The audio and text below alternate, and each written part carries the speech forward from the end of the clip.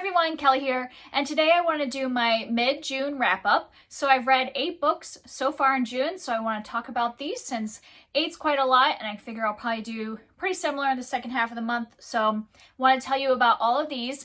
I just want to let you know all of these are 2021 new releases. So all of them came out this year, so some of them you might not have heard about, so I'll try to tell you a little bit more about them.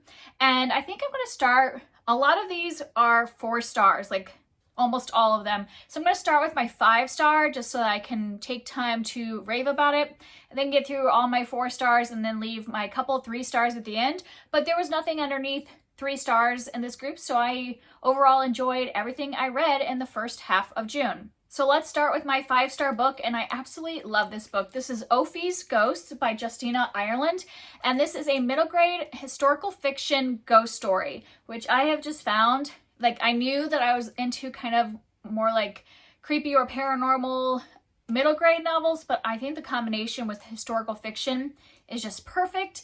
I just really loved the balance of those 2 elements in this book. Let me tell you what it's about. So this follows a girl named Ophie, and which is short for Ophelia. And at the beginning of this novel, something traumatic happens, and because of that event, Ophie finds out that she can see and talk to ghosts. And then her and her mother have to move from the south. So they were originally living in, they were living in Georgia, and they have to move up to Pittsburgh. This is in the 1920s. And they start working at this manor house. And so they're working this house trying to save money so they can have a nice place to live, because they are living with some family members after they had to flee Georgia. And because this is an old manor house, there are lots of ghosts. And so Ophie is trying to figure out this new ability and what is she supposed to do with this? Is she supposed to help the ghosts? Are the ghosts bad? Are there good ghosts? Things like that. And it was just so good. I love the way she combined both historical and ghost stories. So there's a lot of stuff about the history of the Great Migration, because at this time, they are leaving the South because their only family is in Pittsburgh. But everybody else was also leaving the South, trying to flee from Jim Crow laws and things like that. And so they're having a harder time finding a place to live because so many people are coming into the city. And there's just a lot about what the city of Pittsburgh was like in the 1920s. I love how she has these interludes in here that are actually from the viewpoint of the train station or from the trolley car and things like that. And they're just really short, maybe 2-page little interludes where we actually hear from the voice of parts of the city and things like that. And I just really enjoyed that element. And I just thought that the writing of this was just so beautiful. A lot of times, I read a lot of middle grade and I love reading middle grade, but some middle grade books oversimplify the language because, they're writing for kids. They might not, use flowery language, and they might just really I don't want to say dumb it down, but really, do it on the level of young children. Where this one, it was perfectly easy for a kid in that age level to read, but she had some really beautiful way of writing, and I just was very compelled from the very beginning by the way she was writing. I love that she started out right away with an action scene and really pulled into the story. Obviously it was very traumatic and all that, but it still pulled me into the story right away, got me invested in Ophie and seeing her be safe and happy and all that stuff. I really enjoyed Ophie as a main character and her inner struggle of feeling too young to really know what to do with this ability, but also wanting to do good with it and all this stuff. I just thought this was excellent, and just everything about this I absolutely loved. I have never read anything else by Justina, Ireland, because I know 2 of her other famous books are a duology that involves zombies, which is not my thing, and they're young adult. So I'm hoping that she will write more middle grade, because I just thought this was amazing. I would highly recommend it, especially if you like historical fiction or you like ghost stories. I wouldn't say this is, even though it is a ghost story, it's not scary. So if you're somebody that doesn't like horror, this is not a horror book. It's more like a mystery involving the ghosts. It is not scary at all, but it definitely is historical fiction and a lot of fun to kind of go through that mystery of the ghost story. Loved it. So now on to my 4-star books. A couple of these were so close to being 5 stars, and one of them was The Last Fallen Star by Graci.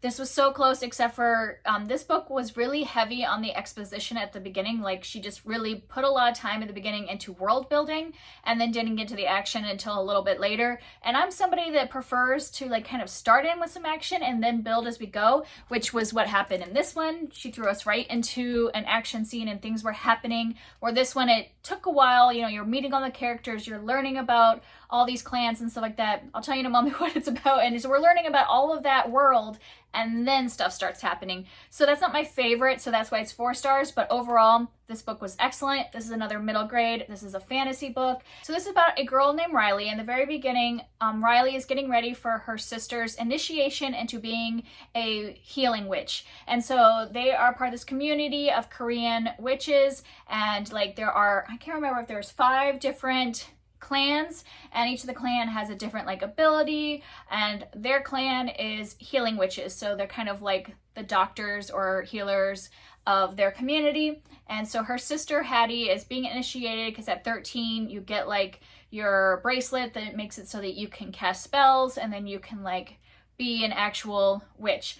And Riley would really love to have her own initiation ceremony when she turns 13, but Riley was adopted into her family, and so she doesn't have the magical powers that the rest of her family does. And she feels left out because of that. And so her sister, Hattie, has this great idea that they find this spell that makes it so that Hattie can share her magic with her sister. And so they want to cast this. Well, there's some dangers that happen because of that, and it sets off this string of events that make it so that Hattie's life is in danger, and Riley has to go off and try to figure out how to save her sister. And so she goes on this quest. So this is definitely a quest book, and it does follow kind of that rhythm that a lot of quest books follow. So if you're not a fan of that, like if you aren't a fan of like Rick Riordan's books and things like that that kind of follow that quest type style, then you probably won't like this one. But I did think there was a lot of really fun, inventive things in this one, that even though it is following that formula, there were scenes that I just really loved and really like felt new to this type of genre. And I loved that it was weaving in Korean mythology, and there was a lot of fantastical creatures that we were meeting along the way. I loved the ending was very like big and bold, and I really enjoyed it. And so yeah, I really love this. I'm very excited for the next book to come out. I just have to wait till next year for it to happen. So I would definitely recommend this if you like middle grade fantasy. The other one that came very close to 5 stars was The Soulmate Equation by Christina Lauren. This is their newest, romantic book. And this is definitely on the low steam side in case you have kind of like one way or the other that you like with Christina Lauren. Some of their books are more steamy and have more sex scenes, and some of them are more fade to black. And this is definitely a more fade to black if that is something that interests you from them in the past.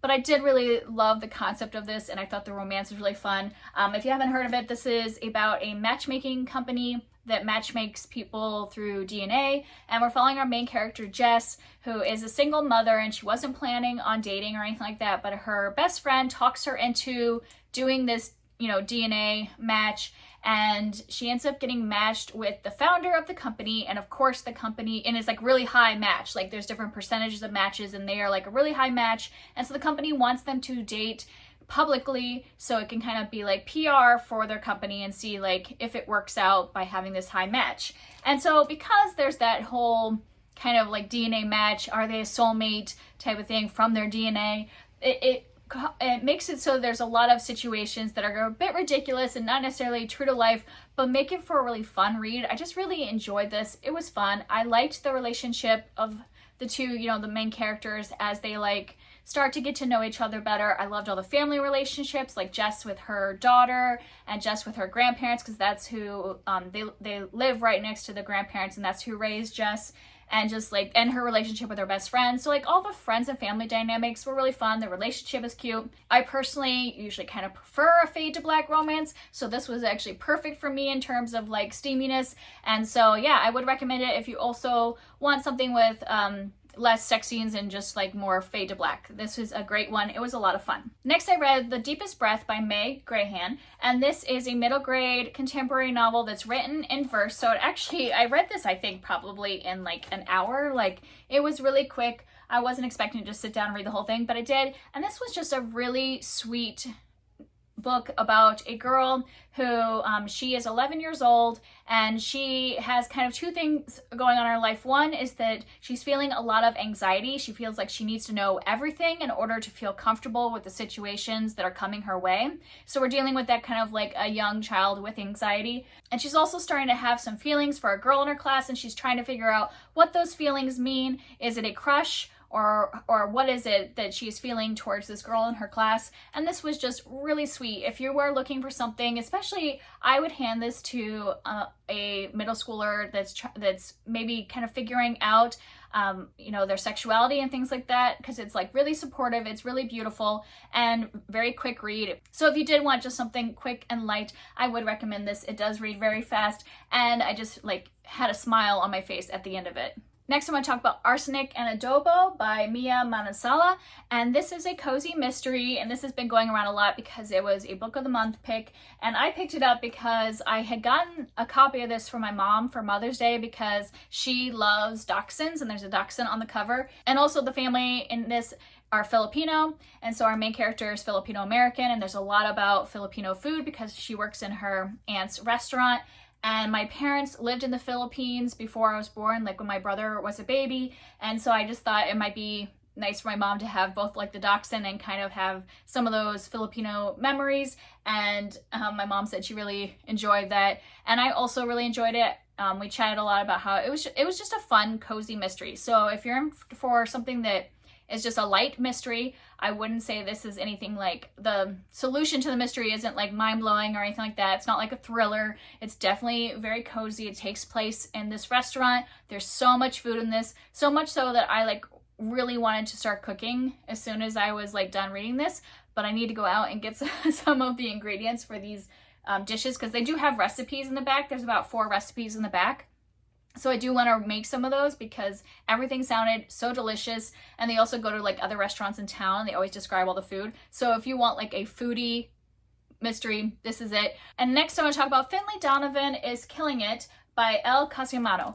And this one, I don't even know if you could count this as a cozy mystery. It feels like, okay, to me, it is very reminiscent of the Janet Ivanovich books that starred Stephanie Plum. There was like a whole, like, I think they go up to like 25 or something like that. She might still be writing them. I don't know. I had read them years ago, and they have a very similar feel to this. So I don't know if I would necessarily call it a cozy. It's more like, it's like a mystery, like a murder mystery combined with like humor and romance and just like everything all mashed into one.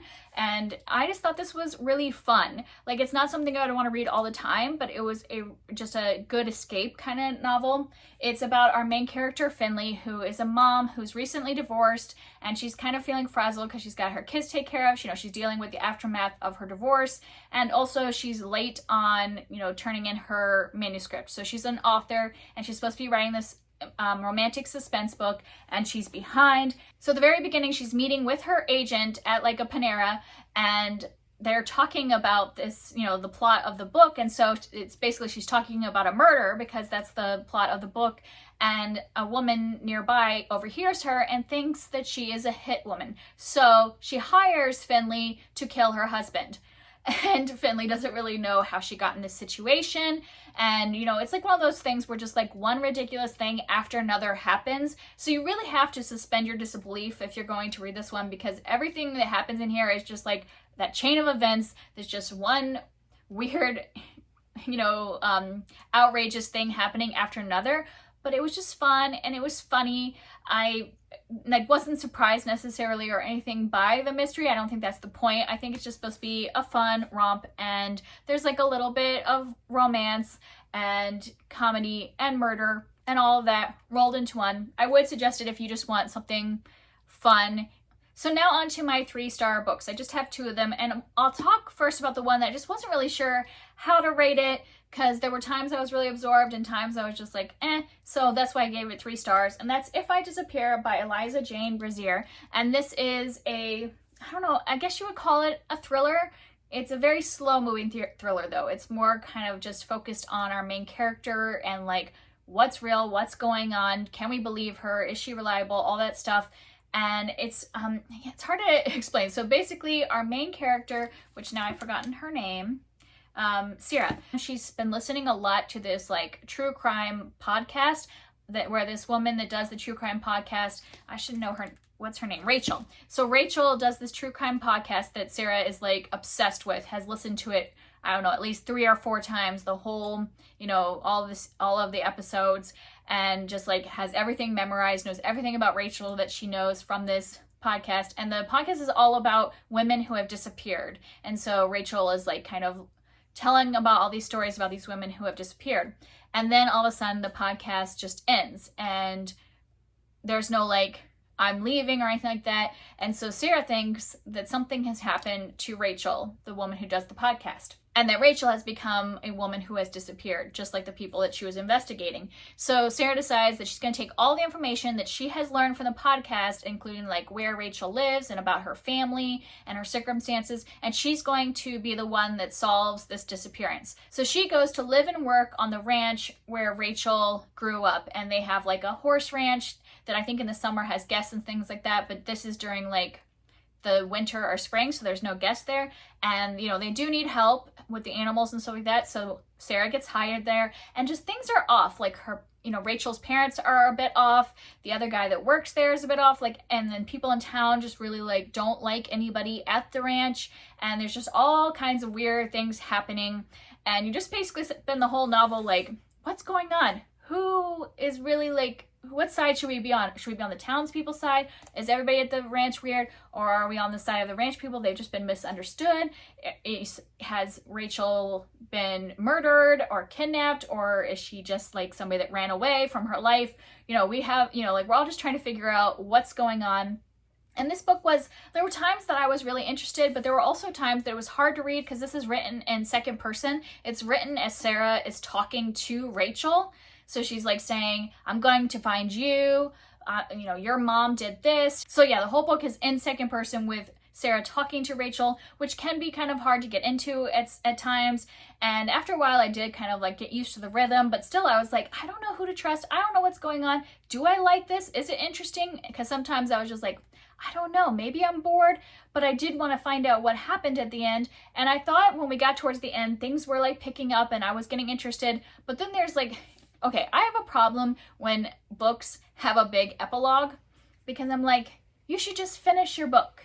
And that should be like enough for us to imagine what's going to happen next. So I gave it a 3 because I'm just not sure where I was. I was interested for most of it, but I wasn't really excited about the way that she decided to end it with an epilogue. And yeah. So the last book I want to talk about is Finding Junie Kim by Elle, and this is a middle grade novel that's part contemporary and part historical fiction. So we're starting in modern day following Junie Kim. It's the beginning of school year. I can't remember what grade she's in, somewhere around 6th or 7th grade.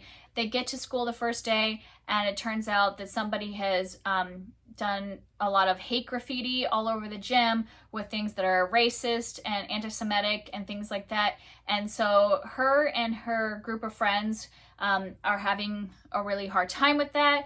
And at the same time, her history teacher assigns them this task that they're supposed to talk to somebody in one of the older generations, like somebody that, like a grandparent or something like that. And so she decides to talk to her grandfather about his time during the Korean War. And it's kind of like mirroring what is going on in her real life, the problems she's facing in her real life. So we get like a section from modern time, we get like a section of him back in the 1950s saying what happens back then, and then we go back to Junie Kim in the modern time. We also hear her grandmother's story from the Korean War, so we hear both, like 2 different stories of what was happening in different places in Korea. And I feel bad giving this book 3 stars because I did really appreciate reading it, but I had some big issues with it that kept me from rating it anything higher than that.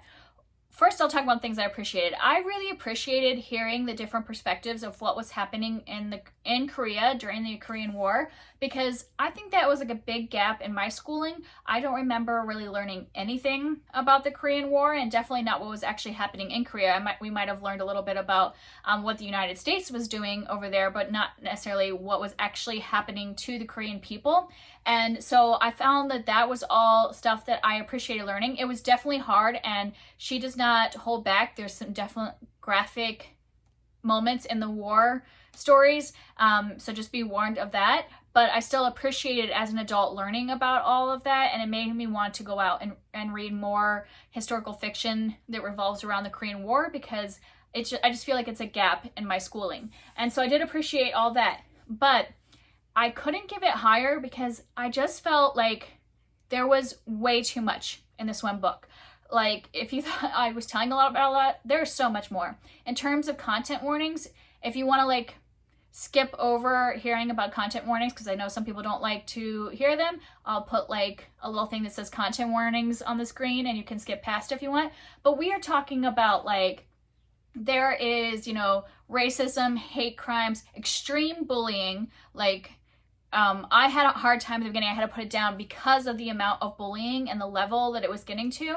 And then there's also like severe depression, suicidal thoughts. There's like really tough atrocities of war, not just like glossed over on like a younger kid level. Like, no, we're talking about details about death and like child death and child abuse and things that are happening in war that are, you know, war atrocities that are described to a level that was a little more than I thought was appropriate for this age. And on top of that, even in the contemporary storyline, there was like dealing with death and grief and all that. So lots of contents for a middle grade novel. So that was all the content.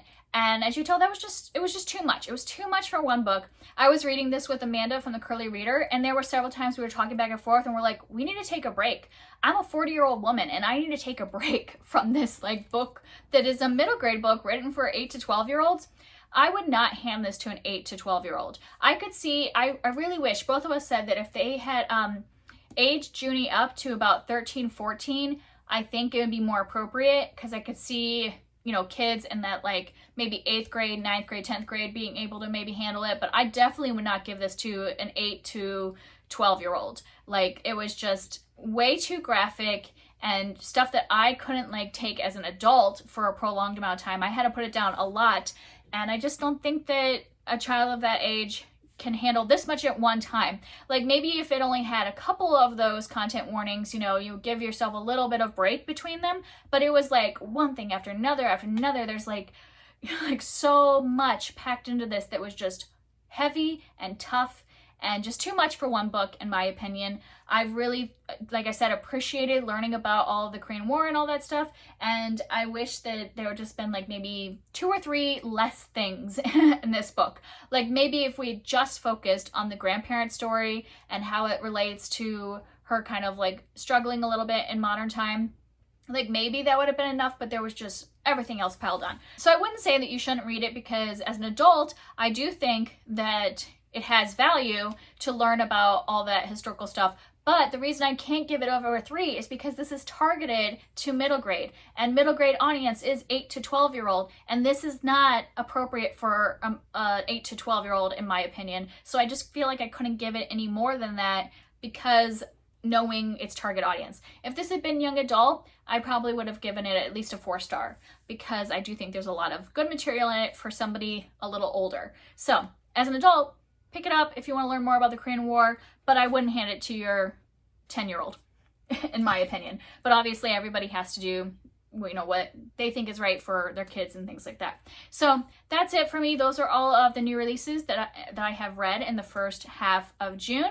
I still have lots more books from the library to read in the second half, but I think I did pretty well. All of these were library books, and I said that that was my goal for June, was to get my library books read. So if you want to talk about any of these, I would love to hear from you down below, and I'll talk to you next time. Bye.